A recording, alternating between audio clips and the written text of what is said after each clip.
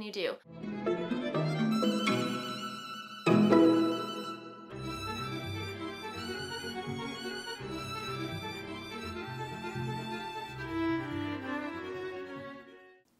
Hello, I am Kristen, also known as Voolenvine, and this is my channel primarily about knitting, sewing, and making all the things in Brooklyn, New York, where I'm from and I live. And as always, I'm so happy that you're taking some time out of your day to chat about all those things with me, or whatever crafty rabbit hole I happen to be diving down. And yes, if you are a returning viewer, welcome back. And if you are a new viewer, welcome to the podcast. And if you are a returning viewer, you might once again notice something different going on with the podcast. Yeah, I feel like this is a recurring theme every single week. Something's changed, something's new, something's amiss. This week, my appearance is slightly off kilter. I don't know if you can tell, but yeah, I have a new do. So anyway, yesterday was Halloween, October 31st, and I did not have a Halloween costume. I had all these grand plans, I had these ideas to make my own costume, and before I knew it, Halloween was here, and I did not have a costume. I did not have enough time to make one, which is a total bummer because Halloween is my favorite holiday, and making my own Halloween costume is just one of my favorite things to do, and the fact that I did not have a Halloween costume was, yeah, just a total bummer. But, you know, and even though yesterday was Halloween and I didn't get to partake in said reindeer games, I still wanted to have a little fun this year. So what do? You hop on Amazon, buy a fun wig, and call it a day. So here I am recording in somewhat of a costume, and if you do follow the podcast, you know that I love a good shade of mauve, and so today I am all things mauve. So I hope that gives you guys a little kick. But anyway, yeah, I'm rocking a mauve wig today. I'm rocking my mauve Zweig, and you know, we are making Halloween work. But anyway, I hope all of you that did manage to get your Halloween costumes together and enjoy some fun Halloween shenanigans and, you know, had a really fun, safe time. Yeah, but anyway, I have a fun show for you guys today. I hope you guys are excited. So a couple of announcements before I get into what I've been making this week. First of all, we have the Forest Pig Mitten Knit Along that I'm co-hosting with my friend Nina, who is Ine, who hosts the This Old Knit podcast. So that is still underway. The knit along is ending November 22nd, so you still have time to cast on and enter to win prizes. We are still working out the prizes, but if you would like to partake in it, hop on over to our respective Ravelry groups. I will link them in the show notes below, along with everything else that I mentioned in the episode, so you can check those out for yourselves. I will readily admit, and sadly, that I am losing a bit of steam on the Forest Pig Mitten Knit Along. We are knitting the Way Through the Woods mittens, a beautiful, wonderful pattern by Erica Mount. Again, this is just my own personal brand of crazy, where I'll get really excited about a pattern, cast it on, and knit to a certain point, and then if I lose steam, I don't force myself to do it. I just either put it on time out for a little bit and see if I come back to it. So that's pretty much where I am with my Way Through the Woods mittens. So they're on a little bit of a timeout, only because I feel kind of a little bit overwhelmed at this point. I have a lot of things on the needles, a lot of sweaters, a lot of garments that I want to finish and I want to get off the needle. So right now my brain can only handle so much, but I will still be hosting the knit along, obviously, and the color combinations that you're coming up with for those mittens are just so fun and so beautiful, and there's so many finished objects in there already, so definitely hop on over there and check it out. But I do want to announce another giveaway winner because Erica Mount has so generously offered some promo codes, which are good for one pattern in her one free pattern download in her Ravelry shop, and I did not have time to draw a winner at random, but I will put that down here right now. So the winner is doodly-doo, you. So congrats. So DM me on Ravelry letting me know that you're the winner of the promo code, and I will gift you your promo code. And thank you so much again to Erica Mount for the generous promo codes, and I will again be sprinkling them in all the way leading up to the deadline, which is, or the finish date of to the closing of the knit along on November 22nd. So yeah, there is that. And I believe that is it for announcements. I am going to move along to what I've been making this week. So before I do that, just a quick word from my sponsor, my amazing sponsor, Skillshare. Skillshare is an online learning community with thousands of classes in design, business, tech, and more, even sewing and the fiber arts. As you know, I'm improving my photo skills and doing so by binge watching photography classes on Skillshare. And because I know you love learning new things too, I partnered up with Skillshare and they are offering my viewers 2 months free to try their platform. So give Skillshare a go and learn something new. Just click on the link in the description box below, entering the code at checkout, and enjoy. And thanks, Skillshare. And welcome back. Yeah, so, okay, what have I been making this week? Well, first, let me talk about what I'm wearing, because you're probably wondering, what pattern is that? So as I mentioned, this is my Zweig sweater, a beautiful, wonderful pattern by Caitlin Hunter, who is Boyland Knits pretty much everywhere on the interwebs, on Instagram and on Ravelry. And this is one of my favorite makes to date. It's dyed out of, the yarn is my hand-dyed yarn, Voolenvine yarns in my new Nouveau base, which is a 100% superwash single ply fingering weight yarn in the white color here. I will stand up so you can see.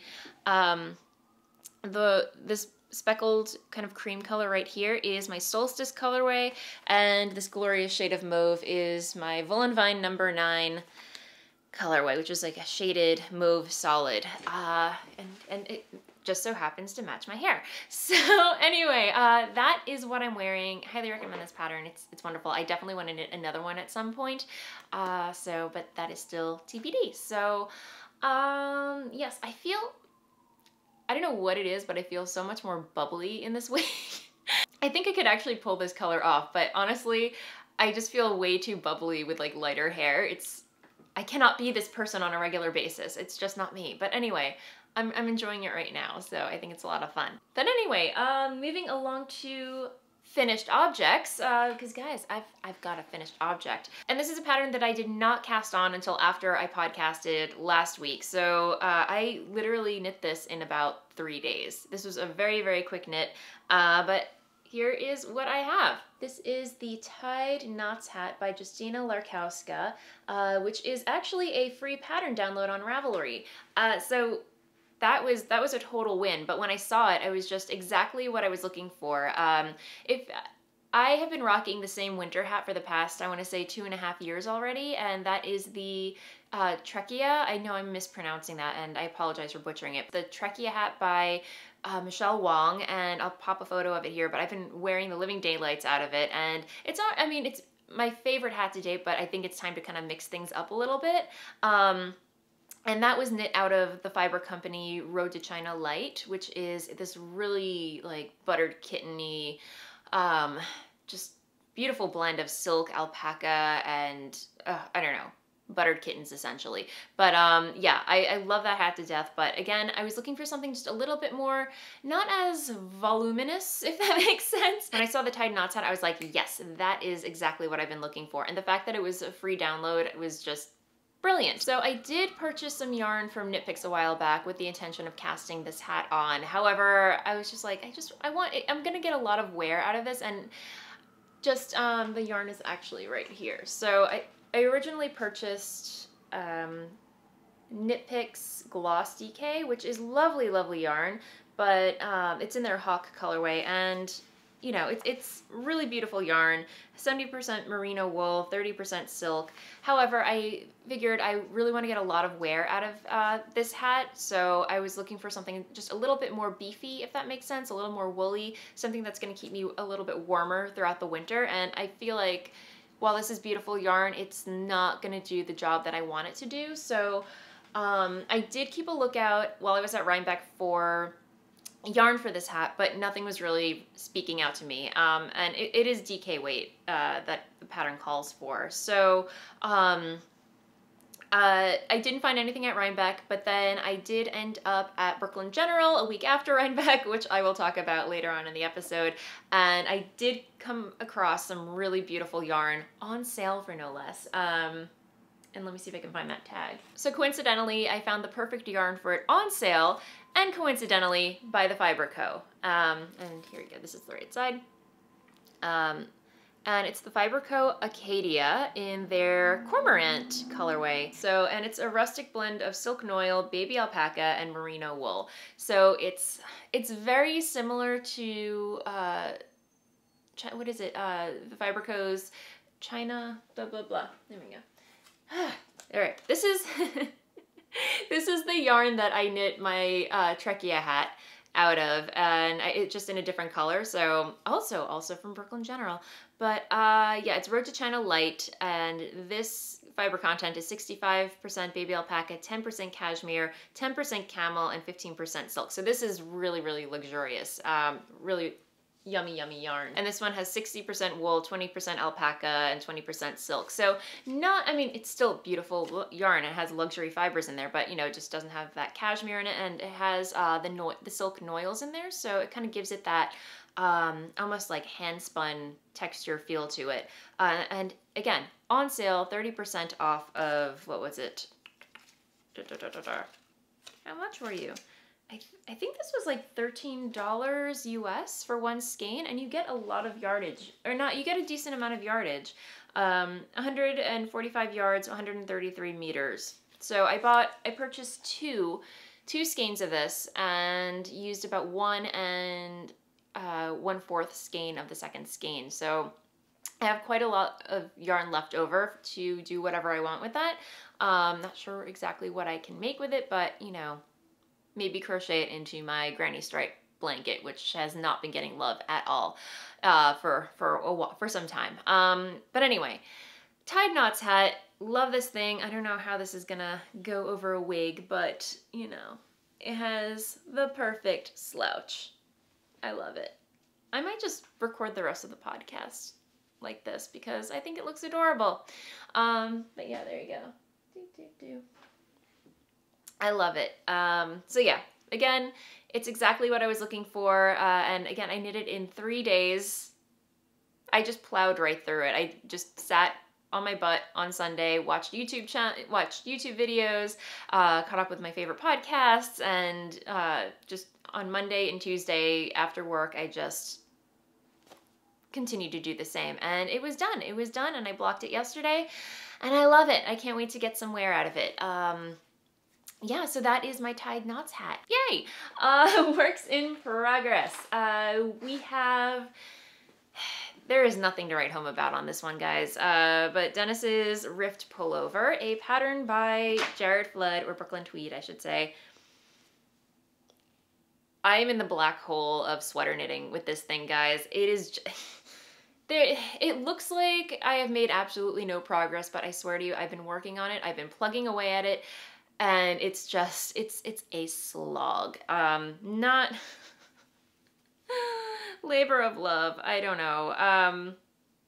And someone commented, I think on my last YouTube video, someone commented that they've worked with Peace Fleece before in knitting their husband a sweater, and she could not have like put it more perfectly. She said it wasn't like knitting a sweater, it was like carving a sweater. And that is exactly what this is. It's like carving a sweater because the yarn is just so like lanolin-y and rustic and everything that you would imagine sheepy wool to be, and as it should be. Beautiful yarn, just so difficult to work with. And I want to finish it, guys. I want to be done with it. I want to knit Dennis a sweater. But this is just a very stressful knit at this point. Like I don't want to reach for it. I don't want to pick it up, but I promised him a sweater, and I spent a lot of money on the yarn, so I feel like it's an obligation. I might just try and muddle through and see how far I get for, you know, over the weekend, but at the same time, it's like, if it's, again, trying to stick to my knitting values here, and if I'm just not enjoying it, you know, do I put it in a timeout, cast on something else with different yarn? I don't know. I'm just kind of, you know, beside myself at the point with this pattern. So anyway, just venting out a little frustrations with my Rift Pullover. But anyway, this is definitely a product knit, not a process knit for sure. But anyway, I'll let you know what happens with this project. But I'm really, really on the fence with it. But anyway, that's my Rift Pullover, a pattern by, as I mentioned, Jared Flood, for my wonderful husband, wonderful and patient husband, Dennis. Yeah, so anyway, that's end rant, hashtag end rant. Enough ranting about projects that aren't going well. Let's talk about projects that are going well, shall we? Okay, so let's talk about my Radiate pullover, a pattern that I'm really enjoying knitting. This is a really awesome pattern by Locatelli, and here again, not much progress from what I showed you last time, but we are making significant headway. So here's the front of the pullover. And also this goes with my wig. I love it. But yeah, this is my Radiate pullover, also out of my hand-dyed yarns. Color B, this peachy lavender pink up here, is my Shallow Grave colorway. And then below here is my Deadly Nightshade colorway, which is kind of like this turquoise, variegated turquoise and teal green blue with orange speckles throughout. So this is, I'm on Body Island right now, just knitting in the round and around and around. I'm not doing any waist shaping whatsoever. Even though the pattern calls for waist shaping, I just decided that I was going to I decided to just omit the waist shaping and have a nice, comfortable, relaxed pullover. And of course, there's a plain flying over. There was a bit of a cog and wheel situation where I had to rip back a couple of inches because, as I discussed last week, I am alternating skeins every single row just to kind of jumble up the dye lots with hand-dyed yarn. So I had been alternating skeins every row by twisting the strands around each other. However, a lot of you reached out to me and said, give helical knitting a try, and that is when it's a really awesome technique when it comes to alternating skeins when knitting garments. I won't get into detail here, but I'll pop a link to Grace of Babel's Traveling Yarns below, so you can check out her really amazing tutorial on helix knitting, which kind of does like this staggered effect, but you don't get that that seam line where you alternate skeins as I had been doing at first. So I didn't rip all the way back to the underarm area, but I did rip back to when I began doing the helical knitting because I wasn't doing it correctly. If you can see this line right here, this seam, this is where I was alternating skeins before I started doing helical knitting, and then down here where the seam stops, this is where I began doing helical knitting, alternating skeins. So you see no seam whatsoever. And yeah, it's brilliant. It's brilliant. So highly recommend it. And thank you so much again to everybody who recommended that technique to me. But yeah, this is definitely something I cannot wait to finish, get off the needles and wear because the colors make me so happy. So, but yeah, and if you're wondering, it is DK weight. It's on my Smitten DK weight, which is a 4-ply superwash merino nylon cashmere blend. So super soft, super buttery, and yeah, all the good things. So yeah, there is that. No sewing again for you guys this week. I just have, again, didn't even have time to make a Halloween costume. So I'm just gonna move right along into stash acquisitions, yarn haul, stash enhancements, whatever you want to call this segment. The segment in which I introduce new yarn and things into my yarn stash. So last week, I found myself at Brooklyn General, which is one of my favorite local yarn shops in Brooklyn, New York. And yeah, as if going to Indian Tangled and Rhinebeck was not enough, I had no business surrounding myself with any more yarn at that point, but you know, when your friend Caroline, who is Dunder Knit, and also the host of the Knitting Vicariously podcast, is in town and pings you on Instagram last minute saying, hey, do you want to hang out today? You can't say no. So, by the way, if you haven't checked out Caroline's podcast, it's a very new podcast on YouTube. I will pop it in the thingamajig up here and in the description box below so you can check it out. Yeah, we had the best time, the best afternoon. It was such a crap day. It was raining out, it was windy, and ugh. And yeah, just being able to get out of the house and hang out at a yarn shop with friends, you couldn't ask for anything more. So yeah, I hopped on a bus, met up with her, and we just hung out, shopped for yarn, and had the best time. So, sorry, I'm getting very distracted by the guy with the hammer outside my window. Anyway, I met up with Caroline at Brooklyn General, and the wool pig rides again. As I mentioned, I purchased some beautiful yarn for my hat, and then I was also on a mission because I did not see it at Rhinebeck. I picked up the new Laine, the new issue of Laine or Lina.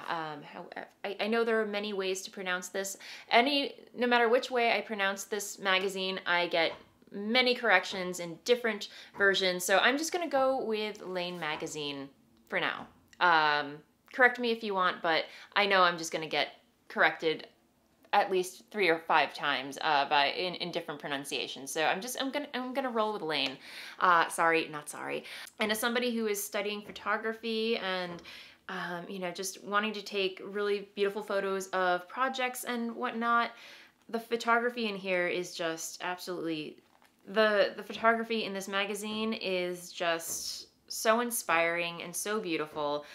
They actually did a really wonderful interview about Manastel, Uruguay, and the photos that they took for this. It's not a long interview. It's not a long article by any means, but just the photos are just really stunning. And there's something about this one photo in here that I just really, really love. Just the composition of this photo, it's just, I don't know, I love it. And as far as patterns are concerned, there's the After Party pullover, which has some really nice color work happening in the yoke.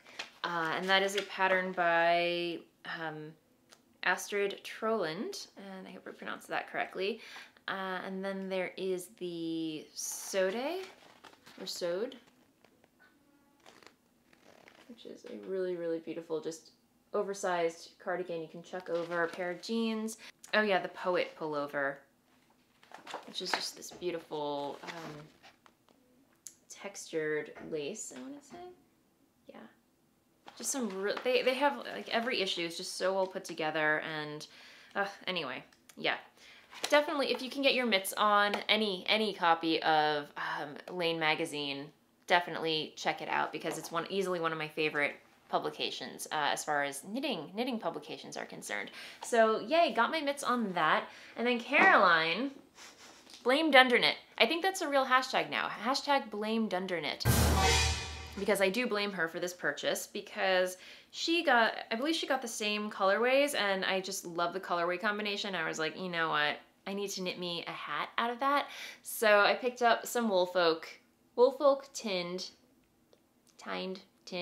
It's their fingering weight base, and I knit a hat for Dennis out of this in a darker colorway. Actually, I had a skein left over from the hat that I knit Dennis.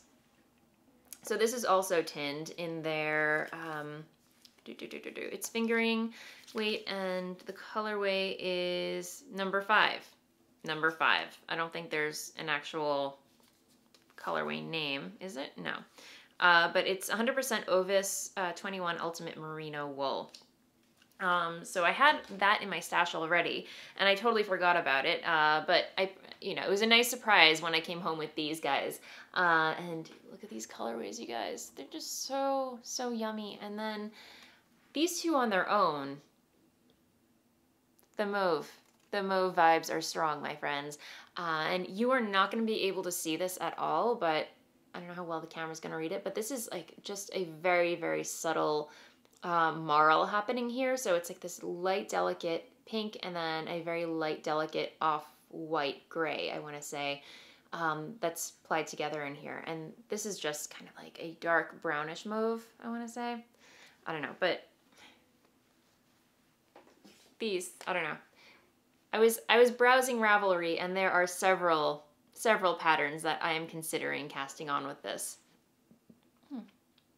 So, yay! And the one issue that I do have with Woolfolk, though, it's so incredibly soft and not the most budget-friendly yarn. I will say this was definitely a treat to myself. But the one issue that I do have with Woolfolk, especially this base, is that it pills like a beast. It definitely has a high pillage factor. Pillage? Is that a word? Maybe that's not the right term. But yeah, the pilling is real with this. So if you have a gleaner, which I did invest in a while back, so that has come in handy, especially with my Zweig, because a lot of single ply merinos, they do have a tendency to put the blah, blah, blah, blah, blah. Good one, Kristen. Words. Merino does have a tendency to pill, so gleaners do come in handy for that. But yes, that is my tiny but mighty Brooklyn General Store haul. Anyway, lots of dream knitting happening at the moment. Things that I want to cast on, and trying to keep the start-itis at bay until a lot of stuff is off the needles. Again, I'm not doing a shop update segment this week, but again, if you'd like to find out about all things Voolenvine yarns, hop on over to my website, sign up for the newsletter, and or follow me on Instagram, and all the information will be revealed there, because I am, again, having an update this weekend, Saturday, November 3rd at 7 p.m. Eastern Time. So I hope to see you there. And just a quick thank you and shout out to everyone who signed up for the Lost Reindeer Yarn Club. That was just a really fun idea that I came up with spur of the moment. I was like, that'd be just so fun to do. So, and I did want to do something special for the holidays. So anyway, thank you so much for everybody who signed up for that, and I hope you love the colorways coming your way. So yes, okay, moving along, the blather segment. The segment where I chat about what's been happening in my life, should you care to stick around and find out. Yeah, nothing really much to write home about this week, other than I am sad that I missed Halloween. I didn't get to dress up. Sad. But I did get to dress up for the podcast, so there is that. But yeah, otherwise, I'm trying to think. There is nothing much else going on, so to speak. I am recording on my 40mm lens again this week. So a lot of you commented last week how much you love the quality of the 40mm lens.